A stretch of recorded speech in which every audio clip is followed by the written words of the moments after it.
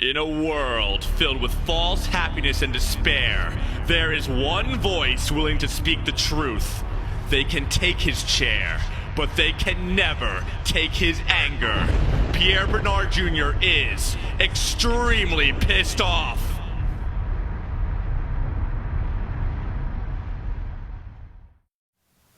Since I've started to feel more at home living here in Los Angeles, I decided to begin taking some of my toy collection out of storage and displaying them in my apartment.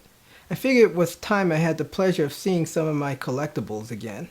One item I was very excited to bring into my place was an 18-inch tall Betty Boop bobblehead that I had bought a while ago at a really cool store out here called Big Kid. This place has some of the most amazing items, from vintage pinball machines to hard-to-find action figures.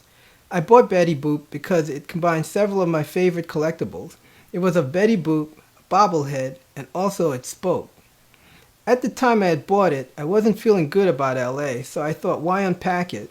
But now, a year and a half later, things have started to change for the better, and besides, I was dying to hear Betty say her famous line, boop boop a doop. I had the perfect spot in my living room for her.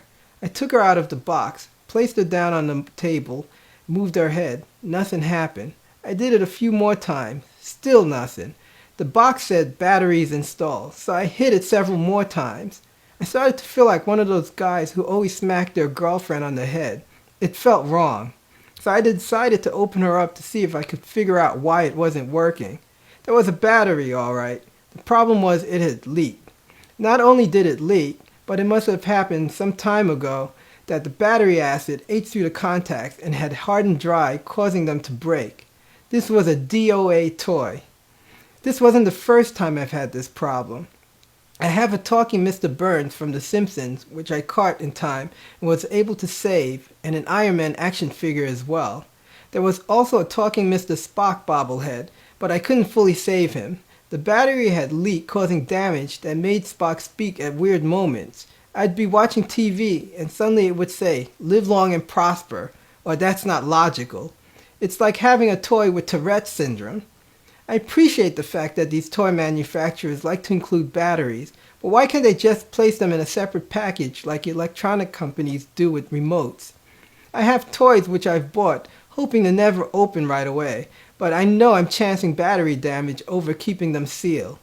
In conclusion, toy manufacturers should stop pre-installing batteries so I can stop losing sleep worrying about whether or not, for example, my collectible Star Wars Talking General Grievous is safe from damage.